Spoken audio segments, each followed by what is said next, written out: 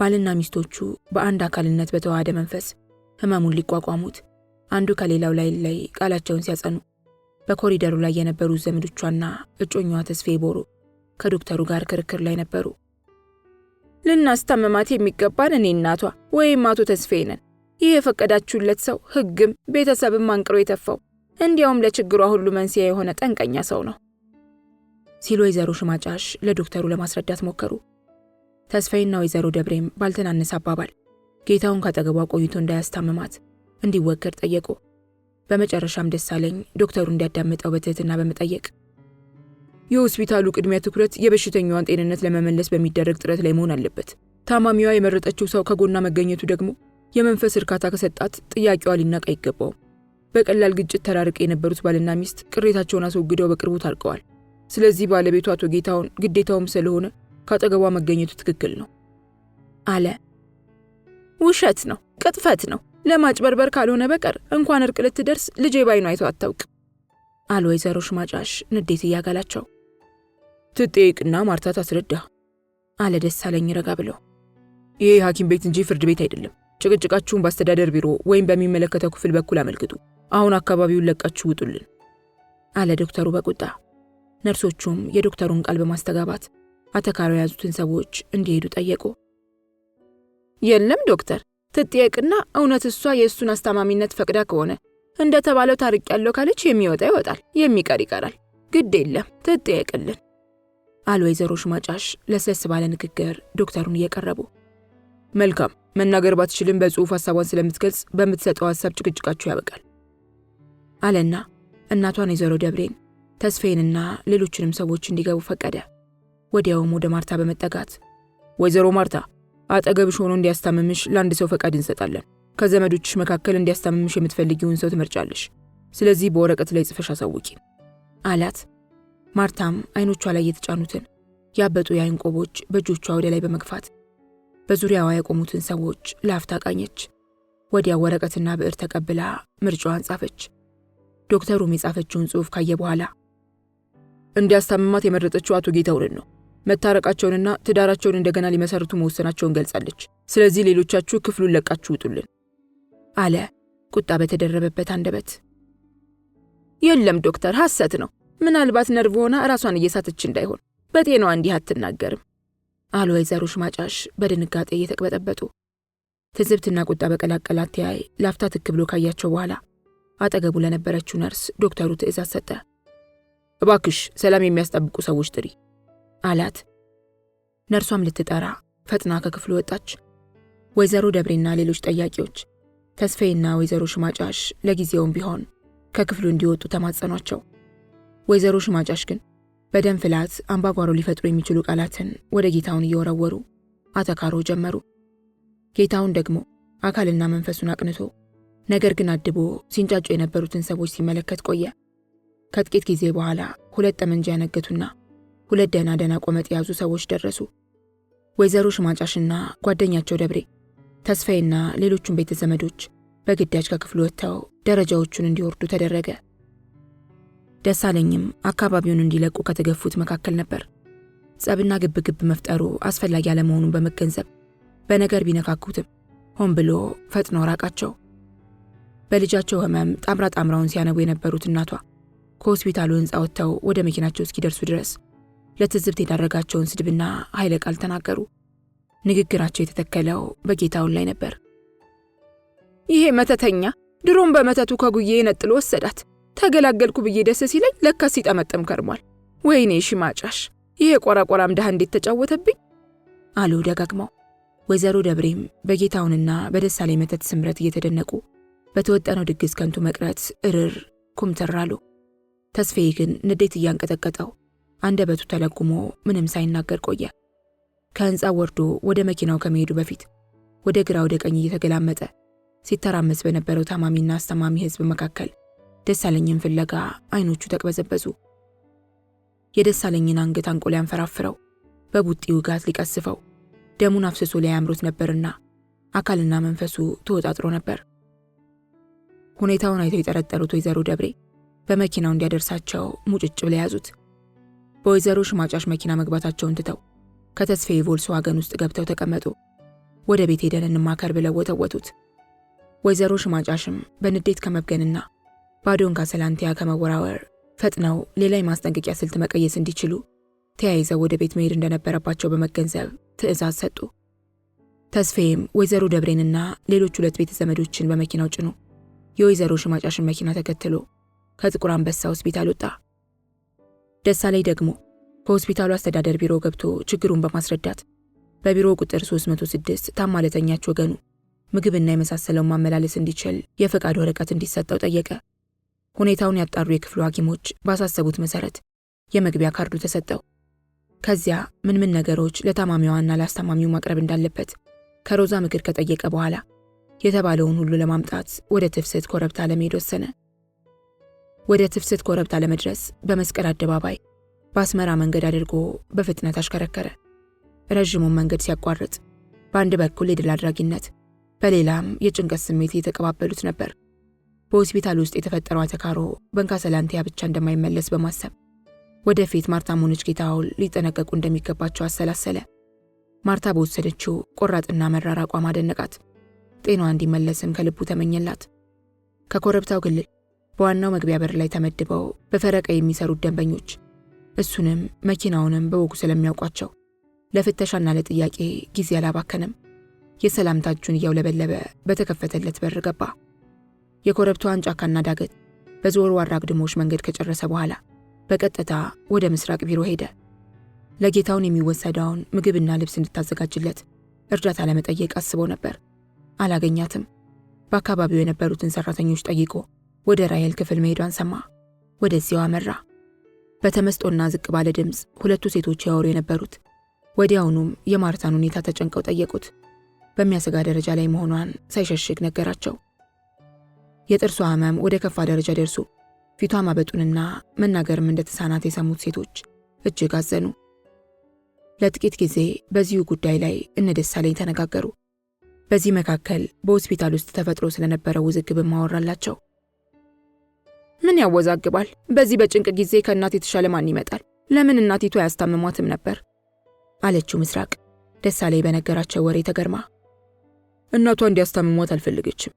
ማን ያስታመኛለች ታዲያ? አለችው ግርም ብሏት። ባሏ እንዲያስታምሟት ጠየቀች። የትኛው ባሏን? አዲሱን ወይንስ የድሮውን? ጌታውን ያስታመኛለች ለጠየቋት ዶክተሮች። ሐኪሞቹን ፍላጎቷን ፈጸሙላት። አንድ ያልገባኝ ነገር አላት ደሳለኝ። በቅርቡ ልታገባ የሰርግ ድግስ ዝግጅት ላይ እንደነበረች ሰምቻለሁ። አዲሱ እጮኛዋ እንዴት ሊሆን ነው? አለችው በመጨነቅ። ይቀራላ። ባል ሊሆን ታስቦ ነበር፣ ሳይሆን ቀረ። የሚያስገድዳት ውልና ፊርማ ስለሌለ አንጨነቅበትም። እርግጠኛ ናት ደሳለኝ? እኔ ግን ሌላም ወሬ ሰምቻለሁ። ልትሰሚ ትችያለሽ። እነሱ ግን ማንኛውንም ችግር በጋራ ሊፈቱት ተስማምተው ታርቀዋል አላት በደፈናው። የማርታን እርጉዝ መሆን ልትነግረው እንዳሰበች አልጠፋውም። ከዚያ በኋላ ምስራቅ ጥያቄ አልሰነዘረችም። ከመጀመሪያው ጀምሮ የተደረገው ምልልስ በዝምታ ታዳምጥ የነበረችው ራሔል ያከለችው አስተያየት ወይንም ሐሳብ አልነበራትም። ዝምታዋ ገርሞት ደሳለኝ ይታደርጓት ነበር። ገጽታዋ ስሜቱን ከልሏ ለማስቀረቱን ታዝቧል። የቅስም ስብራት፣ የምኞት መሟሸሽ አይቶባታል። ምስራቅና ደሳለኝ እንደተቀመጡ ትታቸው ወደ ውስጠኛው ክፍል ገባች። ምን ልታደርግ እንደገባች ደሳለኝም ሆነ ምስራቅ አላወቁም። ያ ሁኔታዋ ደግሞ አሳዘነው። በአንዳች አስገዳጅ ስሜት የተገፋ እንባ ቁልቁል በጉንጮቿ ላይ መውረዱን ላለማሳየት በመታጠቢያ ክፍሉ ራሔል ብቻዋን እንደነበረች ደሳለኝ ወጥቶ ሄደ። በጥንቃቄና በስውር ይዛ። ነገር ግን ራሔል ጌታውንን አፍቅራው እንደነበር ጠረጠረ። የጌታውንና የማርታ መታረቅ የፈጠረባትን ከባድ ድንጋጤና ቅስም መሰበር በማየቱ እጅግ አዘነ። ደሳለኝ ምስራቅን ፈልጎ እስከ ራሔል ክፍል ድረስ መሄዱ ሆስፒታል ለሚወስዳቸው ዕቃዎች ዝግጅት እንድትረዳው በማሰብ ነበር። ሆኖም ባየ ሁኔታ በመነካቱ ጉዳዩን ሳይናገር ወጣ። ለጌታውን ያስፈልጋሉ የተባሉትን ልብሶችና ከምግብ ማዘጋጃ ክፍልን ባዘዘው መሰረት ምግብ ተሰርቶለት ይዞ ከኮረብታ ወረደ። ወይዘሮ ሽማጫሽና በሆስፒታሉ የነበሩት ሌሎች ቤተ ዘመዶች እቤት ከደረሱ በኋላ ጌታውን ለማስወገድ የሚረዳቸውን የሕግ ድጋፍ ለማወቅ ብዙ ተወያዩ። ምክር ሊያካፍሉ ይችላሉ የተባሉ ሰዎችን በስልክም በመልእክተኛም አስጠርተው ጠየቁ። የአብዛኛው ሰው አስተያየት የሚያበረታታ ሆኖ ለተስፋዬና ለወይዘሮ ሽማጫሽ አላረካቸውም። ማርታ ለተስፋዬ የገባችው የሚስትነቱ ላለመኖሩ ቢኖርም እንኳን ውሉን ለማፍረስ ፍላጎት ካላት ልትገደድ እንደማትችል ተስፋዬም በወዳጅነት እንጂ በባልነት ያልታወቀ በመሆኑ ምንም ቦታ እንደሌለው በመረዳቱ ብስጭቱ ጠነከረ። ሆኖም ጠንካራ ጠበቃ በመያዝ ጉዳዩን ፈር እንደሚያስይዙት እናቷ በመወሰናቸው በተስፋዬም ልብ ተስፋ አደረ። አፍላው ምሽት ላይ እነ ወይዘሮ ሽማጫሽን ተሰናብቶ ሲወጣ የት ሄዶ ማምሸት እንዳለበት አላወቀም ነበር። 4 ኪሎ አካባቢ ሲደርስ ነበር ትዝ ያለው። የሴቶቹን ከንቱ ፍጥሩነት አሳምሮ ሲያወራ የነበረው ታማሚ ጓደኛው ትዝ አለው። ወደ ፈለቀ ቤት አመራ። ከሱ ጋር ሆኖ የደረሰበትን በደል ማውራት እፎይታ ሊሆነው እንደሚችል አምኖ ወደዚያው ሄደ። የፈለቀን ቤት ቆርቁሮ አጥር አንኳኩቶ አስከፍቶ ወደ ቤት ሲገባ በሳሎኑ ውስጥ ያገኛቸው የፈለቀን እናት ነበር። የልጃቸው ጓደኛ መሆኑን በመግለጽ ከተዋወቃቸው በኋላ ስለ አባትነቱ ጥቂት ጠየቃቸው። በጎ ነው የሚል ተስፋ የነጠፈበት ቃል ነበር ደጋግሞ ያሰሙት። ተስፋዬና የፈለቀ እናት በሚነጋገሩበት ሰዓት ፈለቀ ደግሞ በመኝታ ቤቱ ከጤና ሙያተኛው ጓደኛው ከተሾመ ጋር ነበር። በነበረ የሕክምና እውቀት በተቻለው ሁሉ በመንከባከብ ፈለቀን ለማስታመም ተሾመ ያለሰለሰ ጥረት ያደርጋል። ከጊዜ ወደ ጊዜ በሰውነቱ ላይ እየበረከተ የተዘራውን ቁስል በአዮዲን እየጠራረገና መድኃኒት እየቀባ ወዲያውም ግሉኮስ በመርፌ እየሰጠው ነበር። ከፈለቀ እናት ጋር ተስፋዬ የጀመረው ሰላምታና መጠያየቅ ባጭሩ ስላለቀበት ወደ ፈለቀ መኝታ ቤት ቀስ ብሎ ሄደ። በሩን በጥንቃቄ አንኳኳ። ማን ነው? አለ ተሾመ ከውስጥ። እኔ ነኝ፣ ተስፋዬ ነኝ ተሼ አለ ወደ በሩ ጠጋ ብሎ። ተሾመም የገላለጠውን የፈለቀን ሰውነት በቅጡ አልብሶ ያልጋውን ልብስ አስተካክሎ በሩን ከፈተለት። ተስፋዬም የምሽት ሰላምታ እየሰጠ ወደ ውስጥ ሲገባ በፈለቀ ሁኔታና ገጽታ ደነገጠ። የሰውነቱ ክሳት ብሶበት እጅግ ኮስሶ አገኘው። ጸጉሩም ሳስቶ የራስ ቅሉ ተጋልጧል። ጉንጮቹ ሟሸው፣ የግራና ቀኝ አገጩ አጥንቶች ፈጠው አያቸው። አይኖቹም ወደ ጉድጓዳቸው ውስጥ ሰርገው ርቀዋል። አስተያየቱ ድካምና ተስፋ መቁረጥ ያስነብባል። ትናንሽና ሞጭሟጭ አይኖቹ ብቻ ስጋው በሳሳ ፊቱ ላይ ዛጎል መስለው ተጎልጉለው ይታዩ ነበር። ካልጋው አጠገብ በብረት ቋሚ ላይ የተንጠለጠለውንና በመርፌ በክንዱ ላይ የተያዘውን ግሉኮስ አየት አድርጎ በጭንቀትና በድንጋጤ ጠየቀ። ብርታት እንዲያገኝ ተጨማሪ ምግብ እንደሚወስድ ተሾመ ገለጸለት። የፈለቀ ጤና እያዘቀዘቀ መሄዱን ባየ ሁኔታ ቢረዳም ተሾመ ግን በጎ እንደሆነ ደጋግሞ መለሰለት። ተሾመም በእጁ ላይ አጥልቆት የነበረውን የላስቲክ የእጅ ልባስ ወይንም ጓንት አውልቆ በሳሙና ደጋግሞ ታጥቦና በመድኃኒት እጆቹን ጠራርጎ ከመቀመጡ በፊት ተስፋዬን ጨበጠው። ስላሰነባበታቸው ጥቂት ጊዜ ከተጠያየቁ በኋላ ወደ ፈለቀ ጤንነት በመሸጋገር ሐሳብ ተለዋወጡ። በክንዱ ላይ ለተሰካው የግሉኮስ ማሰሪያ መርፌ ጥንቃቄ ሲል ተንጋሎ የነበረው ፈለቀ ግን በተሻሻለ የጤና ሁኔታ ላይ እንደሚገኝ ነገራቸው።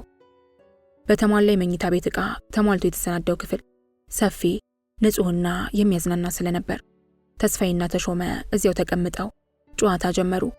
መጠጥም ቀርቦ ተገባበዙ። ከፈለቀ የጤንነት ጉዳይ ቀጥሎ የተስፋዬ የሙሽርና ዝግጅት ወቅት ተነሳ። እንዴት ነው መሰናዶ? የሰርጉ ጊዜ እየደረሰ መሰለኝ አለ ፈለቀ አሻግሮ ተስፋዬን እየተመለከተው። እየተዘጋጀው ነው አለ ተስፋዬ ባጭሩ። ሚስት ለማግባት እየተዘጋጀ ነው እንዴ? አለ ተሾመ ተስፋዬን መለስ ብሎ እየተመለከተው። አስቤ ነበር አለ ተስፋዬ በቀዘቀዘ አባባል። ምን ማሰብ ብቻ፣ ብዙ ተራምጃለሁ በል እንጂ ልጃችሁም የሰርጋችሁ ቀን አጃቢ ሊሆን አይደለም እንዴ? አለ ፈለቀ እየሳቀ። እንዴት? አለ ተሾመ ጥያቄውን ወደ ፈለቀ እያነጣጠረ። ቁም ነገሩን አስቀድመው ፈጽመውታል። ሚስቱ አርግዛለች። ስለዚህ ልጃቸው በሆድ ውስጥ ቢሆንም የሰርጉ ድምተኛ ነው አይደለም እንዴ? አለው መልሶ። ከሆነማ ልክ ነው አለ ተሾመ እየሳቀና ተስፋዬን እንደገና እያየው ነበር አለ ተስፋዬም በረዥሙ ተንፍሶ። እንዴት ነው ተስፍሽ? ነበር አበዛህሳ? ነበር አይደለም ነው እንጂ አባወራነቱን ፈራኸው እንዴ? ሲል ፈለቀ ጠየቀው። ፈሌቶኝ ባክህ፣ ግራ የሆነ ነገር ነው የገጠመኝ። እንዴት? አለው ፈለቀ በመደነቅ። ባክህ አባወራነቴ ከፈተና ላይ ወድቋል። ምን አይነት ፈተና? እስቲ ወጉን በቅጡ አምጣው አለ ፈለቀ ወደ ጎን ገልበጥ ብሎ። ሚስቴ ከባሏ ታረቀች። ምን? እንዴት ታረቀች? ከምርህ ነው? ደነገጠ። እውነቴን ነው። ዛሬ ቁርጤን ሰምቼ አስረክቤ መጣሁ። እንዴት ይሆናል? ኧረ እስቲ የእውነቱን ወሬ አምጣው አለ ፈለቀ በጉጉት። በዕለቱ የተፈጸመውን ሁሉ ረጋ ብሎ አወራላቸው። ወዲያውም አከታትሎ የደረሰበትን ውርደት ለመቋቋም በሕግ አኳያ ምን ማድረግ እንዳለበት ምክር ጠየቀ። በወይዘሮ ሽማጫሽ ቤት ለምክር ተጠርተው አስተያየታቸውን እንደሰጡት ሰዎች ሁሉ ፈለቀና ተሾመም ተስፋዬ በሕግ በኩል ምንም አይነት ድጋፍ እንደሌለው ገለጹለት። ባልና ሚስት አድርጎ የሚያስቆጥራቸው ውልና ስምምነት ባለመኖሩ በሕግ ለመጠየቅ እንደማይችልም እነሱም አረጋገጡለት።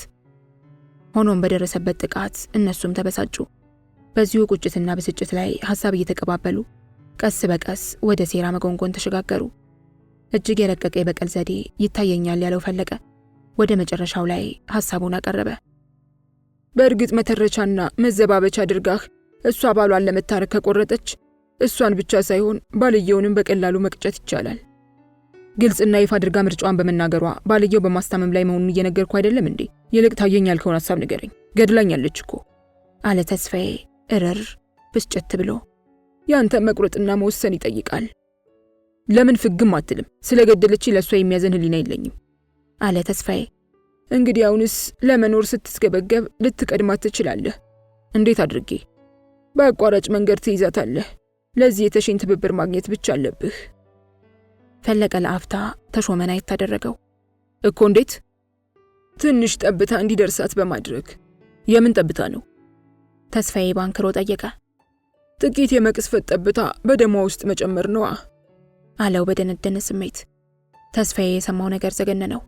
ከመደንገጡ የተነሳም ፈለቀን ዝም ብሎ ተመለከተው። ምን ተይኛለህ? የማይስት የበቀል ጦር ይሉሃል ይሄ ነው። ስትጠቀምብህ ከርማ አፍንጫህን ላስ ብላህ ለሄደች ሴት የሚገባት መሰለኝ አለ ፈለቀ ኮስተር ብሎ። ነገሩማ የሞት ሞት ነው የደረሰብኝ፣ ግን ይሄኛው የበቀል መንገድ አሰቃቂ መሰለኝ። ከጭካኔ በላይ አይሆንም አለና ወደ ተሾመ ዞር ብሎ ስሜቱን አጤነ። ተሾመም ከመለኪያው ጥቂት ተጎንጭቶ ከዋጠ በኋላ ረጋ ባለ አንደበት ዋናው ለድርጊት ከልብ መቁረጥ ነው። በተረፈ ግን በጥይት ገደልካትም፣ በመጥረቢያ ቆራረጥካትም፣ በመርዝ አሳረርካትም፣ አሁን ፈሌ ባመጣው ብልሃት በመቅሰፍት አማቃሃትም ያው መግደል ነው ሲል አጠናቆ መለሰለት። ፈለቀም በጉድጓዳቸው ውስጥ ተቀርቅረው የሚንቋለሉትን አይኖቹን በተስፋዬ ላይ ያመላለሰ ከክሳቱ የተነሳ ረዝመውና ወይበው የሚያስፈራሩትን ጥርሶቹን በፈገግታ ገልጦ ሲያሳየው ከቆየ በኋላ ፈለቀም ሐሳቡን አከለ። ወዲያው ከሞተችማ ምኑም ሞተችው። የቅጽበት ሞት እፎይታ ነው። የጥይት አረር የበቀል ጥም አይቆርጥም። የስራዋን ውጤት በስቃይዋ ልክ እያጣጣመች እንድትደክም ያደረክ እንደሆነ ልብህ ይሽራል። ሌላው ደግሞ በእሷ ሞት ምክንያት የሚጠረጥር የለም ፈለቀ ደመደመ። ከሁለቱ ሰዎች የሰማውን የበቀል መንገድ እያሰላሰለ ከቆየ በኋላ ነገሩ በእርግጥ የሚያሽር በቀል ነው፣ ሆኖም አሰቃቂ ሆኖ ታየኝ፣ ለመፈጸምም የሚያስቸግር ሆኖ ተሰማኝ አለ ተስፋዬ ሪዙን እየደባበሰና የፈለቀን ሁለንተና እየተመለከተ። ፈለቀም የኔ ወንድም ሰው ካሰበ የሚያግደው ችግር አይኖርም። አንዱን ቀን ማታ ተሼ ነጭ ካፖርቱን አጥልቆ እኩለ ሌሊት ላይ እንደ ተረኛ ሐኪም ሊጎበኛትና መቅሰፍቱን ሊያቋድሳት ይችላል። የተበከለውን ደም በመርፌ ማስተላለፍ ከባድ ስራ አይሆንበትም። ዋናው ቆርጦ መነሳት ነው አይደለም እንዴ አለ ወደ ተሾመ እያየ። ከንግግሩ ዳተኛ የሆነው ተሾመም ምንም ነገር ከሰው ፍላጎት ውጭ አይሆንም። እንዳየሁት ተስፋዬ ገና ልቡ አልቆረጠም። ምናልባት ባሏን ስትጠግበው እንደገና ሌላ እድል ትሰጠኛለች ብሎ የሚጠብቅ ይመስለኛል። ስለዚህ ማደፋፈሩ አያስፈልግም አለ ቁርጥ አድርጎ። አይ እኛማ ምክር አካፍሉን ስላለ የደረሰበትም ጥቃት ስለተሰማን የማያወላውል ረቂቅ ዘዴ ለማሳየት ያህል ነው እንጂ ለማደፋፈር አይደለም። እውነትህን ነው፣ ተስፍሽ አፉ እንጂ ልቡ አልጠላትም አለ ፈለቀ እየሰለለና ወደ ውስጡ እየሰረገ በሄደው ደካማ ድምፁ። የለም ፈሌ፣ ነገሩ ያከተመለት ነገር ነው። የምመኘውና በተስፋ የምጠብቀው ነገር የለኝም። ስለ እውነት በቃ እኮ ለሰውየው አስረክበን እኔና እናቷ ተባረናል። እንኳን እኔ እናቷን በዚህ ሰዓት ለበቀል እየተሰናዱ ነው። ምክራችሁን አልናኩትም። ልዩ አይነት አዲስ አይነት መንገድ በመሆኑ ብቻ ከብዶኝ ነው አለ ተስፋዬ የተሰጠውን ምክር እንዳልናቀው ለማስገንዘብ። ሌላ ጨዋታ ለምን አታመጡም አለ ተሾመ በመልልሱ ተሰላችቶ። አስብበታለሁ። ተሼም እንደ ድሮ የጥቃት መከታ እንደምትሆነኝ አልጠራጠርም አለው ተስፋዬ የተሾመን ጭን መታመታ እያደረገና በፈገግታ እየተመለከተው። ተሾመም መለስ ብሎ ፈገገለት። ጭውውታቸው በብራንድ እየታገዘ ተለውጦ በዘመኑ ፖለቲካ ላይ ያተኮረ። ሰፊ ጊዜ ወሰዱ። የፈለቀ ግሉኮስ ከላስቲኩ ወደ ሰውነቱ ሰርጎ ማለቁን ያስተዋለው ተሾመ መርፌውን ነቀለለት። ተስፋዬና ተሾመ የፈለቀ ቢምራውን ቤት ለቀው ሲወጡ ከምሽቱ 4 ሰዓት ነበር። ሁለቱ የጥንት ጓደኛሞች በአብዛኛው በፈለቀ ጤንነት መመናመን ላይ ያወሩ ወደ ተሾመ መኖሪያ አካባቢ ተጓዙ። ተሾመን ከመንደሩ መግቢያ መንገድ ላይ ከመውረዱ በፊት ከተስፋዬ ጋር የስልክ አድራሻ ተለዋወጡ። ሐሳቡን ወስኖ እንደሚደውልለትና ለወረታውም ዋጋ እንደማይነሳው አረጋግጦለት ተስፋዬ ተሰናበተው። ጊዜው በወጉ የመሸ ቢሆንም ተስፋዬ በዚያ ሰዓት ቤቱ ገብቶ ብቻውን በነገር መንገብገብ አልፈለገም። በነገር እየነደዱና ነገር እያራገቡ ከሚወራጩት ከወይዘሮ ሽማጫሽ ጋር በሕግም ሆነ ከሕግ ውጭ መብታቸውን የሚያስከብሩበትን ወይም በደላቸውን የሚበቀሉበትን ዘዴ ካገኙ ለመነጋገር ወደ 80 ሰፈር መሄዱ መረጠ። ለጥቂት ደቂቃዎች ጭር ባለው መንገድ ላይ ካሽከረከረ በኋላ 80 ደረሰ። የመኪናውን ጥሩምባ ደጋግሞ እንዳሰማ ዘበኛው ከፍተውለት ገባ። በሳሎኑ ውስጥ በርካታ ሰዎች ነበሩ። ጎላ ያለ ድምፅ ተሰማው። ወይዘሮ ሽማጫሽን ተከትሎ ሆስፒታል የነበረው ቤተ ዘመድ እንዳልተበተነና እሳቸውን በማረጋጋት ላይ እንደነበር አመነ። ወደ ውስጥ ሲዘልቅም እንደገመተው ቤተ ዘመድ በሳሎኑ ውስጥ ጢም ብሏል። ይተራመሳሉ። ሁሉም ያወራል። የቀኑን ብስጭት እስከዚያ ሰዓት አራዝመው በማራገብ ላይ ያሉ መሰለው። ማንም ለመግባቱና ለመቆሙ ደንታ አልነበረውም። ወይዘሮ ሽማጫሽ ግን በሳሎን አልነበሩም። ግራ ቀኙን አይቶ የሚያናግረው በማጣቱ እሱ ለመጠየቅ ፈለገ። ወደ ኮሪደሩ መለስ ብሎ ምንድነው ይሄ ሁኔታ? ወይዘሮ ሽማጫሽ የት ናቸው? ሲል ጠየቃት አንዷን የሚያውቃትን ሰራተኛ። አላውቅም፣ ገደቢስ ገፊ አለችውና ተመናጭቃ ተንደርድራ ወጣች። ተስፋዬም ከመናደድ ይልቅ ደነገጠ። መለስ ብሎ በሳሎን ውስጥ የነበሩትን ሴቶች ተመለከተ። ሁሉም በክፉ ዓይን ይመለከቱትና ይጎነታተሉበት ነበር። ወደ ትልቁ መኝታ ቤት ተራምዶ የገነነውን ድምፅ ለማዳመጥ ጥቂት ቆም አለ። እናትነቴን ክዳለች እኮ እንዴት ይሆናል እያሉ ወይዘሮ ሽማጫሽ ለቅሶና ሲቃ ላይ ነበሩ። በግራና በቀኝ እያዋከቧት አሳስተዋት እንጂ ማርታ እናቷን ታከብራለች። ስለዚህ ለአንቺን በነፍስ እንዳያስጠይቅሽ አገርም እንዳይዘብትብሽ የማይቀረውን ሽኝትሽን ከቤት ይሸኛት። የወይዘሮ ሽማጫሽ የንስሐ አባት ድምፅ እንደነበር ተስፋዬ በትክክል አረጋገጠ። እሺ አባቴ፣ እሺ አባቴ፣ ከቃሉ አልወጣም። ዘመድ ይጠራልኝ፣ ጎዴን ይስማልኝ ካሉ በኋላ ወይዘሮ ሽማጫሽ በአሰቃቂ ጩኸት ቤቱን ሞሉት። የልጃቸውን አስክሬን በቤት ያላሳረፍም ያሉት ወይዘሮ ሽማጫሽ አንጀታቸው አልቻለም ነበርና ቅያሜውን ትተው ልጃቸውን በወጉ ሊሸኟት ወየው አሉ። በሳሎኑ ውስጥና በሌሎችም ክፍሎች ውስጥ የነበሩት ዘመዶች ሁሉ ከወይዘሮ ሽማጫሽ የተወረወረውን ጩኸት ተቀብለው አቀጣጠሉት። የሁሉም አንደበት ማርትዬ ማርትዬ በሚል የሙሾ ዜማ ተቃኘ። ተስፋዬም ከጩኸቱ ተቀላቀለ። ማርታ ያረፈችው በዚያው ቀን ከምሽቱ 2 ሰዓት ላይ ነበር። የዘመኑን ክረምት ሳትሻገረው ቀረች። የትፍስት ኮረብታ በጥሩ አስተዳደርና ቁጥጥር እያደገ የተደነቀ አገልግሎት በመስጠቱ ዝናውም እየገነነ ሄዶ የተመሰረተበትን 3ኛ ዓመት ቆጠረ። የድርጅቱ ሰራተኞች የ3 ዓመት የሥራ ውጤታቸውን መገምገም እንዲችሉ የሚረዳ የጠቅላላ ሰራተኞች ስብሰባ በተጠራበት ዕለት ጌታውንና ደሳለኝም ነበሩ።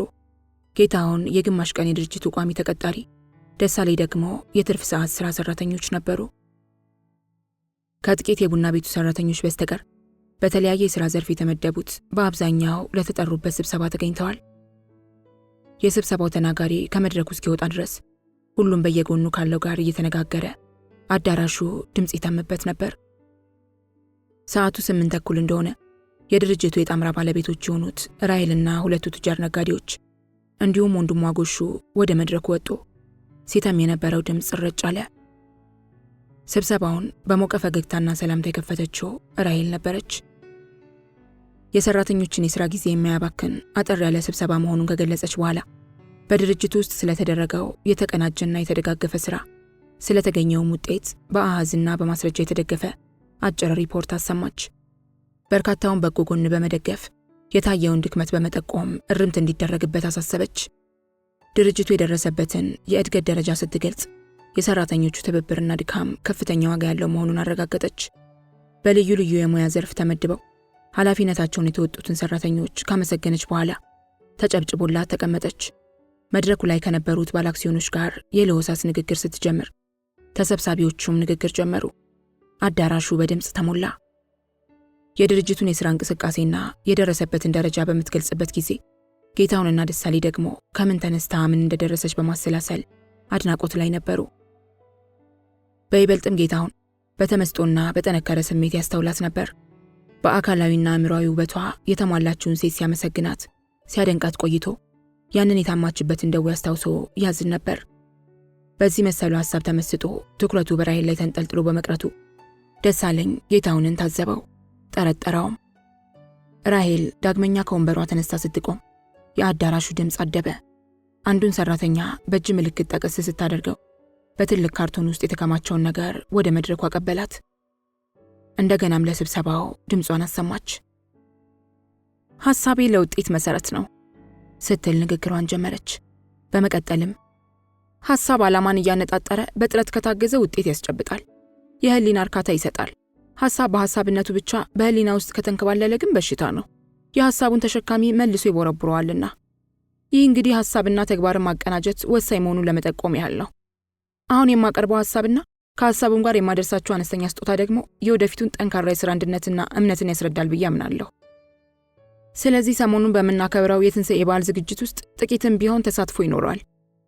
ከገንዘቡ መጠን ይልቅ አንድነታችንና ተጋግዘን መስራታችን የፈጠረውን መተሳሰብ ዋጋ እንደምትሰጡ ትገምታለሁ። ይህ ሁኔታ ደግሞ እንደሚቀጥል ተስፋ አለኝ። ከመጪው ሐምሌ ወር ጀምሮ በየደሞዛችሁ ላይ በድርጅቱ አቅም ላይ የተመረኮዘ ጭማሪ ይደረጋል። ቅድም እንዳሳሰብኩት የድርጅቱ ሰራተኞች ስራቸውን አክብረውና ተግተው ካከናወኑ ድካማቸው ያፈራውን ፍሬ የማይቋደሱበት ምክንያት የለም። ድርጅቱ እንዲኖር ካደረግን እንኖራለን።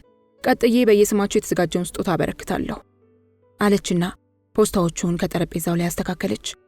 ከተቀመጡት ሰራተኞች መካከል አንድ ሽማግሌ አትክልተኛ እጃቸውን ሰንዝረው ሐሳብ እንዳላቸውና ለመናገር እንዲፈቀድላቸው ጠየቁ። ራሔል እንዲናገሩ ፈቀደች። ጥቂት በተሸበረ ድምፅ ሐሳባቸውን የጀመሩት አዛውንት ንግግራቸውን ቀጠሉ። ሰው ለሰው ከሚሰጠው ስጦታ ሁሉ ቀና ሐሳቡ የበለጠ ዋጋ አለው። ዛሬ ከአንደበትሽ የሰማሁት ቃል ትልቅ የእምነት ዕዳ ጥሎብኛል። ለኔ ከምን ጊዜው የሚበልጥ ባለኝ አቅም ሁሉ እንድሠራ ሸንጦኛል። ምን ነው ቢሉ ሰው በሰውነቱ ሲከበር፣ ድካሙ ሲገመት፣ እምነት ሲጣልበት፣ እንደ ወገን ሲያቀርቡት ልቡ ይሞቃል። ለነገሩ አምላክ ያልሰጠውን ቢመኙትም ቢመቀኙትም ጠብ የሚል ነገር አይኖርም። የየድላችንን ይዘናል ማለት ነው። ዳሩ ግን እንደ ዕጣ ፈንታችን በየሥራችን ላይ በንጹህ ልብ ከሠራን እንዲህ እንዳሁኑ ድካማችን ክብር የሚሰጠው ከሆነ ምን እንሻለን? አምላክ ይባርክሽ ልጄ። ማንም ለሥራ የሚለግም አይኖርም ለማለት ፈልጌ ነው።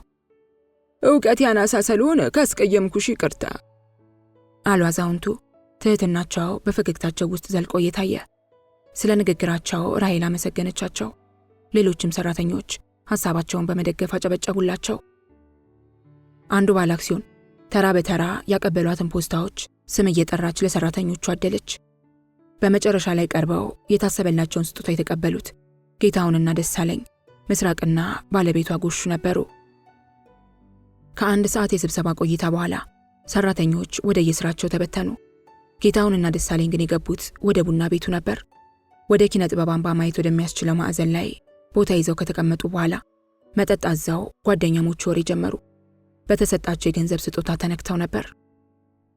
ይህቺ ሴትዮ በዚህ አስተዳደርና ያቀራረብ ስልቷ በርካታ የእድገት ደረጃዎችን ትወጣለች። አበሻ ደግሞ ከምንም ነገር ይልቅ መታመንና መከበርን ይወዳል።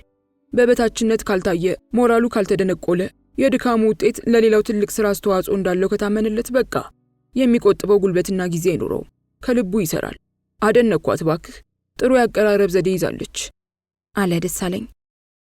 በሳል ያስተዳደር ችሎታ አላት። ዕውቀቱና ጉልበቱ የሚፈልግ ሰራተኛ የሞራልና ቁሳዊ ድጋፍ ካገኘ የመስራት ፍላጎቱና ጥረቱ እንደሚዳብር በሚገባ ተረድታለች። ሌላው ደግሞ ለእያንዳንዱ ሰራተኛ ያላት አክብሮትና የጠነከረ ቀረቤታ በእጅ አዙር ስራውን የሚያጎለብት ግፊት እንዲሆን ተጠቅማበታለች። ሁለመናዋ ቆንጆ የሆነች ሴት ነች። አድንቄያታለሁ እኔ አለ ጌታሁን ወደ ውጭ የተሰደዱትን አይኖቹን ሳይመልስ። ነገሩስ ልክ ነህ። ሁለመናዋ ቆንጆ ነው። ይህንን ቁንጅና ስትመረምር መሆን አለበት ቅድም በአይኖች ተንጠልጥለህባት የነበረው። ታዝቤ ነበር አለው ደሳለኝ ሁኔታውን አስታውሶ። ጌታሁንም የኮራኮሩትን ያህል ከልቡ ሳቀ። ሁለመናውን ወደ ደሳለኝ መልሶም መቼም አንተ ከሰው ልብ ጠልቀህ የሰው ስሜት አንብበህ ለመውጣት አትቸገርም። ከማንም ይበልጥ የሚመች ደግሞ የኔ ልብ መሆን አለበት። እንዴት ሰለልከኝ ባክህ አለው ቀስ ብሎ። እንዴ ጭልጥ ብለህ ነግደህ ነበር እኮ። ምን አባቴ ላድርግ? ሴትዮዋ የምትደነቅበት የምትመሰገንበት ብዙ ጉዳይ አለ። እንደገናም ልቤ የሚያዝንበት አንድ አንካሳ ነገር አለ። ባየኋት ቁጥር ይጋረጥብኛል። ዓለም 9 እንዲሉ በጎደለባት ነገር አዝናለሁ። እንግዲህ በዚህ ሐሳብ ውጣ ውረድ ውስጥ ሆኜ ነው አጅሬ ትዝብት መነጽርህን ያነጣጠርክብኝ። ያጣና ያበደ የሚያወራው አያጣም። የሚሸላልሟት የሐሜት ስም ሊኖር ይችላል። በእኔ ግምት ግን እንከን የለሽ ናት። አስተሳሰቧ፣ ጥረቷ፣ ጥንካሬዋ፣ ውበቷ ነው። ምንድን ነው አንካሳ ነገር የተባለው? የሰማሁትን ብትሰማ ትደነግጣለህ። ላልደነግጥ እችላለሁ። ምናልባት ከዚያ ከሞተው ወዳጇ ኤርስ ተዋርሳለች ልትባል ትችላለች። እሷ ግን ምኗም አልተለወጠም። ሰውየው ከሞተ ሰነበተ። ምናልባትም ያጅነት ትባል ይሆናል። የሰው ወጉ ነው። ቆንጆ የማይከጅል የለም። ከመረጠችው ጋር ልትከንፍ ትችላለች። በዚህ ልትገረም አይገባም። ዋናው ያስመዘገበችው ውጤቷ ነው። ጉዳዩ ከዚህ ከምትለው ውጭ ነው። በቁምጥና ትታማለች። ምን? አለ ደሳለኝ ደንግጦና ይበልጥ ወደ ጌታውን እየተጠጋ። ይኸውልህ ወሬው እጅግ አስከፊ ነው። ሙሉ በሙሉ አምኜ ባልቀበለውም ሰዎች በሰጧት መጥፎ ስም አዝናለሁ። ባዩዋት ቁጥር ብዙ ሐሳብ ይመላለስብኛል። ከዚህ ደዌ ጋር ዕውቀቱን ውበቱን ሰጥቷት ከሆነ ፈጣሪ እንደበደላት እየቆጠርኩላት አዝንላታለሁ። እንግዲህ ቅድምም ይህንኑ ሳሰላስል ነበር የተመሰጥኩት። ምን እንደሚሰማ ባላውቅም እኔ ግን አዝንላታለሁ አለ ጌታውን ስብር ባለ ድምፅ። ምን የሚያስደነግጥ ነገር ነው ባክህ? እውነተኛ ወሬ ይሆን እንዴ? ኧረ ባክህ ጌትሽ፣ ምኗ ቆማጣ ይመስላል? እንዴት ተቀበልከው አንተስ? የነገረህን ወሬኛ የሚያሳምንበት ጭብጥ አልጠየቅከው? ስማማ፣ ልክ እንዳንተው እኔም ደነገጥኩ። ሆኖም በተቻለ መጠን አንዳንድ ፍንጮች ለማግኘት ስል ጥያቄዎችን አቅርቤ ነበር። ያገኘሁት አንድ ማስረጃ እናቲቱ በጋድ የሚታይ ጉድለት እንዳለባቸው ነው። በዚህም የተነሳ ከጥንት ጀምሮ ከአካባቢው ማህበረሰብ ጋር እንደ ልብ የመግባባት የመቀራረብ ችግር እንዳለባቸው ተረዳሁ። ስለ ዘመዶቻቸው፣ ስለ ዘሮቻቸው እምብዛም የሚታወቅ ነገር እንደሌለ ሰምቻለሁ። ራሔልም ሆነች እህቶቿ በአብዛኛው ግንኙነታቸው ከአበሻ ወንዶች ጋር ሳይሆን ከውጭ አገር ሰዎች ጋር መሆኑን ከማስረጃ ጋር ሰማሁ። ነገሩ የሚያሳዝንና የሚከነክን ቢሆንም ጠለቅ ብዬ ለመመርመርና ለማወቅ የሚያደፋፍር ምክንያት ስለሌለኝ እያዘንኩ ነገሩን ተውኩት። ከአንዳንድ ሁኔታዎች ጋር ሳገናዝበው ግን ውሸትነቱ ጎልቶ እየታየኝ ነው። ምቀኞቹ የሚያስወሩባት ሳይሆን አይቀርም። መሆን አለበት ባክህ። የቢስ ገላ ያለባቸው ሰዎች እኮ የደዌ ተሸካሚ መሆናቸው በልዩ ልዩ ሁኔታዎች ይታወቅባቸዋል። አንዳንድ ምቀኛ እኮ ጥሮ ግሮ ከፍ ወዳለው ከመድረስ ይልቅ የበረታውን ጎትቶ ማውረድን ይመርጣል። አቡ እንዴት የሚያሳዝን ወሬ ነው ጌትሽ፣ አለ ደሳለኝ ተበሳጭቶ።